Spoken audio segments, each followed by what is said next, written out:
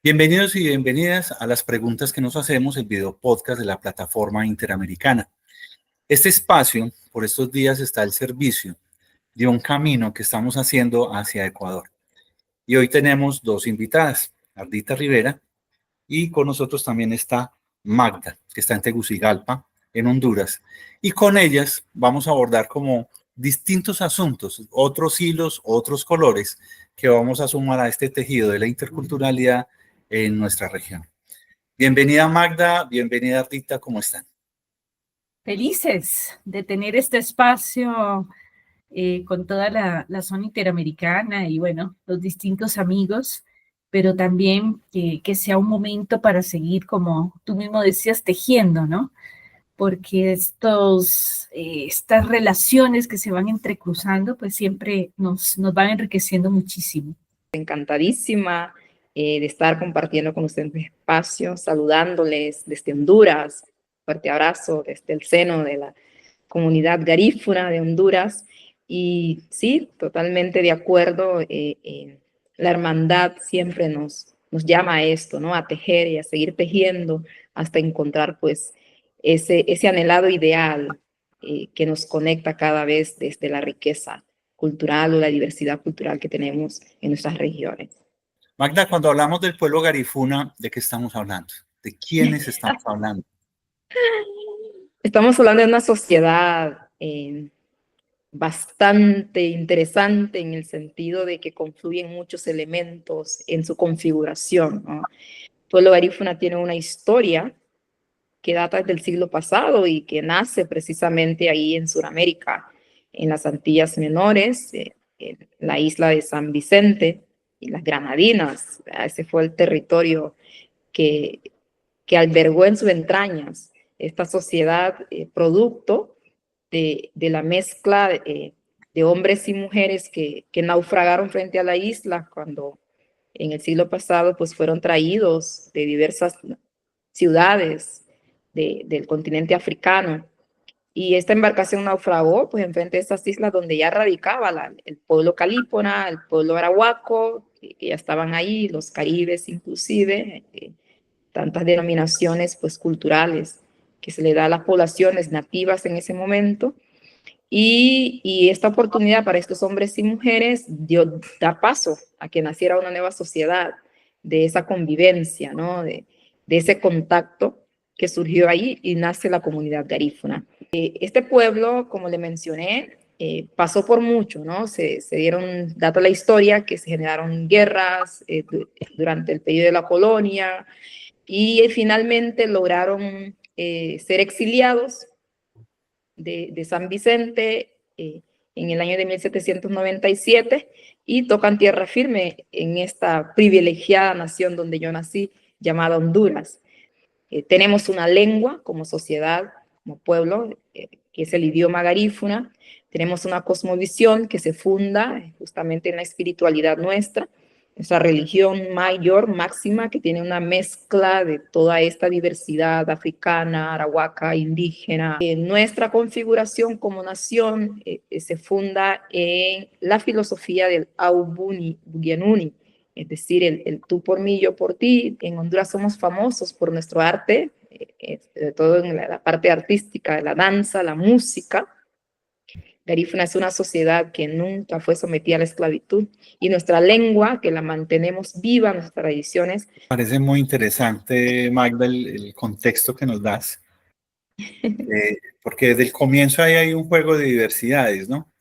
Sí, O sea, sí tenemos unos elementos en común, pero hay estos otros que hacen distinción. ¿Por qué para ustedes es importante sentarse a hablar con otros distintos a ustedes en clave de interculturalidad? Primero, entender que el concepto de interculturalidad es reciente, ¿no? En nuestras sociedades. Yo siempre parto de una realidad y lo observo mucho en nuestra región, creo que ya lo decíamos. Si en el proceso colonial, por ejemplo, y ellos establecieron un solo sistema, ¿no? Dictaron un monopolio, por decirlo así, o sea, una sola lengua, una sola religión, un solo proceso. Entonces fue como desconociendo la existencia de estos otros, sino más bien los fue sacando de lado, ¿no? Pero luego viene el otro momento que es donde surgen pues esa necesidad de sentirnos libres, independizar nuestras naciones de algún modo, ¿no? Y ahí es donde yo cuestiono muchas veces este tema de la interculturalidad, ¿no?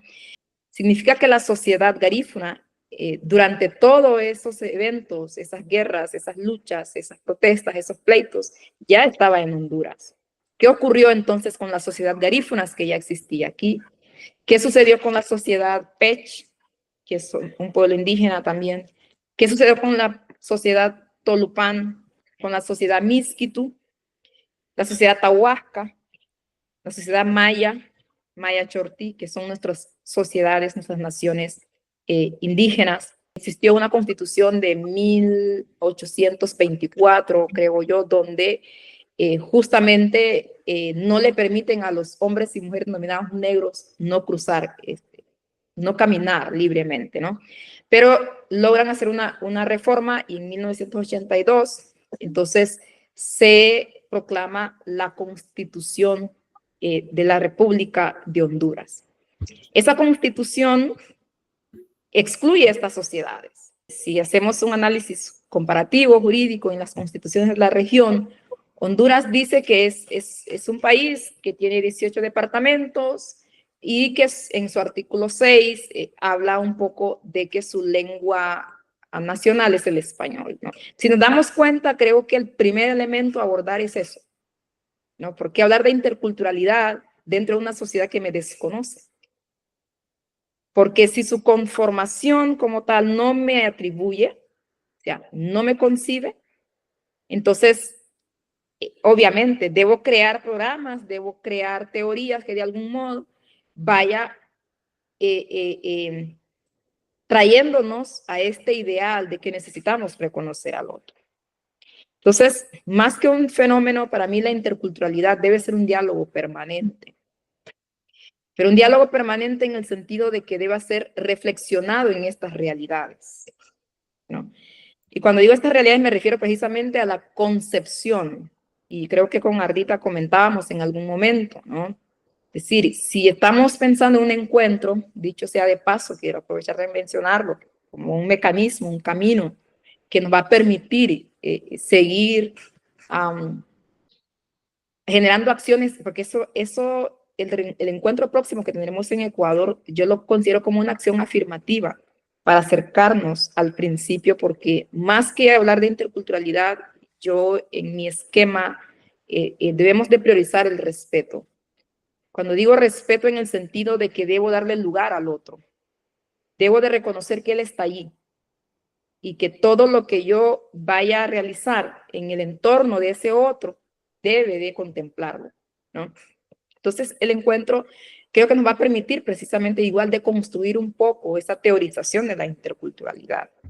Y hay un cuestionamiento que yo hago también en las teorías sobre la interculturalidad, y es el hecho de que cuando se hace mención de ello, lo primero que se nos viene a la mente, lo obvio, es hablar de pueblos indígenas, o pueblos afrodescendientes, ¿no? O pueblos negros. Yo defino justamente la cultura como un modo de vida, una forma de ser. Más allá de esos elementos que confluyen en la cultura identitaria y que somos sociedades también o personas de múltiples identidades. Estos eufemismos que muchas veces también se nos atañen como población lingüística o culturalmente diferenciada. ¿Por qué cerrar el concepto cultura, por ejemplo, a X o Y población, sino más bien a la conducta? ¿Cómo respeto a Magda siendo garífuna y que su expresión espiritual, su lengua, su proceder no me incomode a mí? Y que si Magda está abordando su visión como garífuna, ¿por qué debo invalidarla en ese sentido? Pareciera que ese reconocimiento no pasa de la comprobación científica, lo llamaría en ese modo, ¿no? En Honduras le diríamos buscándole 5 patas al gato cuando solo tiene 4, ¿no? Cuando simplemente tengo que ver a Magda como una mujer como una profesional, si está en ese contexto, como una madre, si está ejerciendo su ser de madre, ¿no? Más allá un poco de que si es garífuna o no es garífuna, o si es afro-hondureña o afrodescendiente, qué sé yo, ¿no?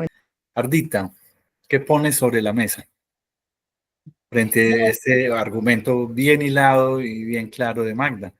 Lo que nos ha movido en todos estos años ha sido esto que también Magda decía, que es parte de la filosofía del pueblo garífuna, que es yo soy para ti o yo estoy para ti, tú estás para mí. Y yo digo, ¿y eso qué significa? Me encanta, ¿sí?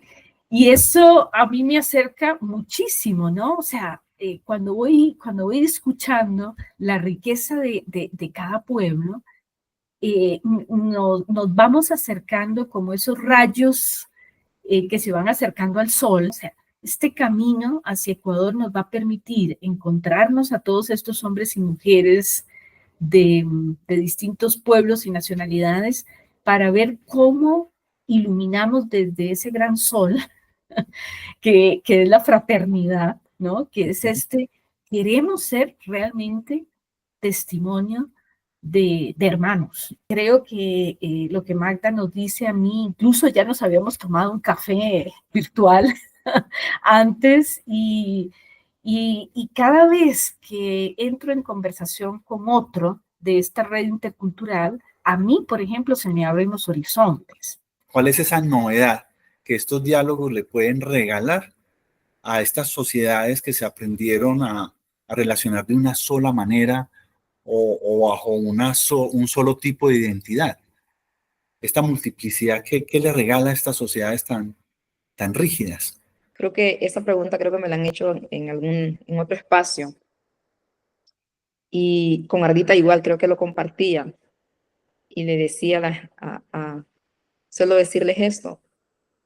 Yo no sabía que yo era negra hasta que alguien me dijo negra. ¿Qué quiero decir con eso? Que en estos procesos, si desconocemos o perdemos de vista la dignidad humana, o sea, la persona, el ser como persona, entonces siempre vamos a estar renuentes a ver otras formas de hacer sociedad. Y que Rimarichun se convierta como ese, yo lo veo como ese mecanismo articulador para nuestras nacionalidades, o nuestras naciones, por decirlo así. Yo me hago la idea de que el espacio me permita a mí encontrar igual esos caminos, que a mi retorno pueda replicar la experiencia, pueda encontrar o pescar personas que se acerquen y conozcan un poco esa experiencia y comenzar a hilar, a hilar, ¿no? Para poder ver dónde enganchamos esa aguja y poder remendar de algún modo, ¿no?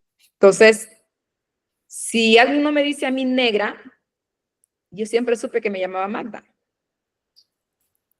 Que me llama Magda, o sea, porque fue el nombre que mi mamá me dio, me puso, ¿no? Pero la persona al no conocer mi nombre, no me ve a mí como una mujer o como una dama, sino que inmediatamente su referente es una mujer negra. Entonces, por tanto, la voy a llamar negra. Y así, indita, y así vamos, de alguna manera, dividiendo la sociedad y alejándonos precisamente del sentido de la comunión, de la comunidad.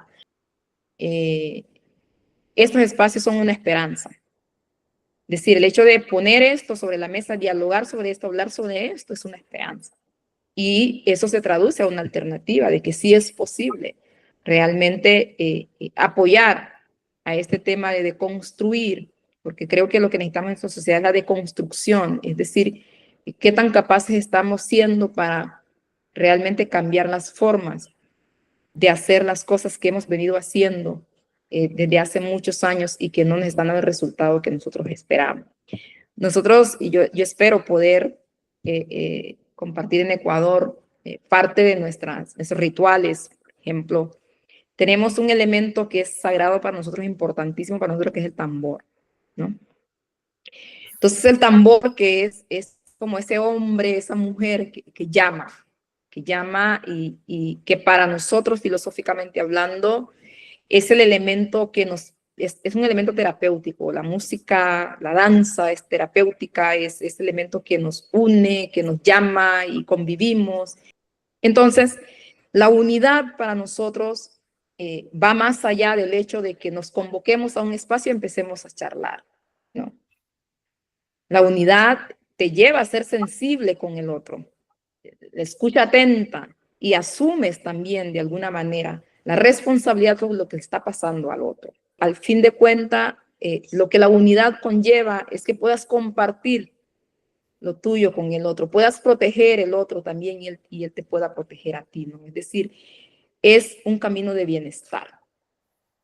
Y cuando hablamos de bienestar, estamos hablando de un enfoque integral, es decir, en todos los sentidos de la palabra, ¿no? Luego, el otro elemento, en cambio, la unificación está como, por eso justamente el dilema con este término afrodescendiente. Término afrodescendiente, yo tengo formación lingüística y estos últimos años me he dedicado a estudiar la lengua garífuna, el idioma garífuno, ¿no? Y yo soy estudiante, o sea, yo me gradué, tengo una licenciatura en enseñanza de lengua española, por tanto, estudié y estudio el idioma español. Y las categorías gramaticales y la función de las palabras, obviamente desde las ciencias lingüísticas las conozco muy bien, ¿no? Entonces, si bien es cierto, en Durban en aquel momento entró toda esta discusión de cómo englobamos a todos estos negros que cruzan la diáspora en América, que vienen de África y todo lo demás. ¿Cómo les decimos, no? En Colombia, porque igual hay un mandato también jurídico, los pueblos tienen derecho a la autodeterminación, ¿no? Entonces en el Pacífico vas a encontrarte los raizales, vas a encontrar a los negros, vas a encontrar a los afrodescendientes, o sea, toda una diversidad en una, ¿no? Pero yo siempre he caído a la conclusión que esas denominaciones, lo que habíamos mencionado, lejos de hermanarnos, nos separan. Y entonces mientras los afrodescendientes aquí quieren esto, bueno, los raizales quieren lo otro, ¿no? Y así estamos en eso. Entonces se vuelve como todo un tema circular, circular, circular. En fin, lo que menos hacemos al final es concebir una sociedad, reitero un poco, insisto mucho en eso, que nos conciba a nosotros. ¿Hasta qué punto la denominación favorece la inclusión o favorece la exclusión? Y me parece que es un dilema bien interesante para abordar en estos diálogos de interculturalidad. En Ecuador van a tener mucho de qué conversar. Ardita, ¿qué piensas? Bastante, bastante.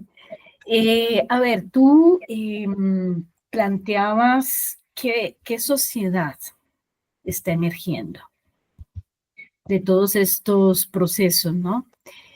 Y pues me parece interesante, ¿no? Aunque sea una experiencia todavía pequeñita, pero acá en Colombia, pues del último campamento intercultural que hicimos en San Pedro de Urabá, pues estuvieron presentes por lo menos 4 pueblos, ¿no? Representantes de 4 pueblos. Y la sensación de cómo interactuaban, o sea, de cómo comenzábamos a interactuar entre nosotros, además de haber llegado a un territorio, a darle fuerza a un festival, porque es un festival en su tercera edición pues que el pueblo zenú, para poder también rescatar qué sé yo, su cultura, sus raíces, ¿no? Yo ahí veía que estaba emergiendo algo muy interesante, porque en realidad en algún momento se habla de la interdependencia, ¿no? Y yo ahí veía cómo los unos dependemos de los otros, o sea, cómo nos necesitamos, ¿sí? Y por lo tanto, hubo un intercambio sumamente rico, sobre todo en el campo de la educación, porque coincidió que estaban dentro de ese espacio. Entonces yo creo que ahí, justamente en este compartir, y eso es lo que nos soñamos en Ecuador, van emergiendo otras sociedades más interdependientes, más interconectadas, porque también a veces estas riquezas se han quedado aisladas. Entonces, un poco también en lo que decía Marta, ¿no? O sea, cómo